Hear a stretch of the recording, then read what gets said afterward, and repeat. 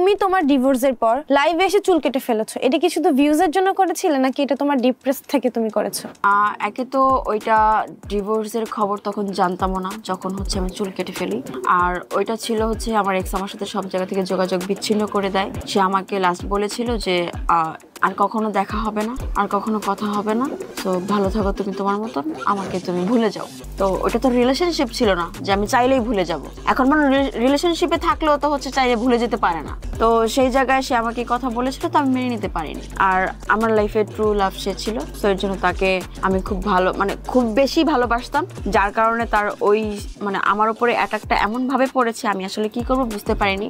আর কিছু কিছু নাদান মানুষরা যারা একদমই বাচ্চা নাদান কিছু বুঝে না বলে যে ভিউয়ার্সের জন্য হচ্ছে আমি চুল কেটে ফেলেছি, তাদের জন্য তাদের উদ্দেশ্যে একটা কথা বলতে চাই, আল্লাহ না করুক কখনো এরকম সিচুয়েশনে আপনি না পড়েন, কখনো আমার জায়গায় আপনাকে না থাকতে হয়।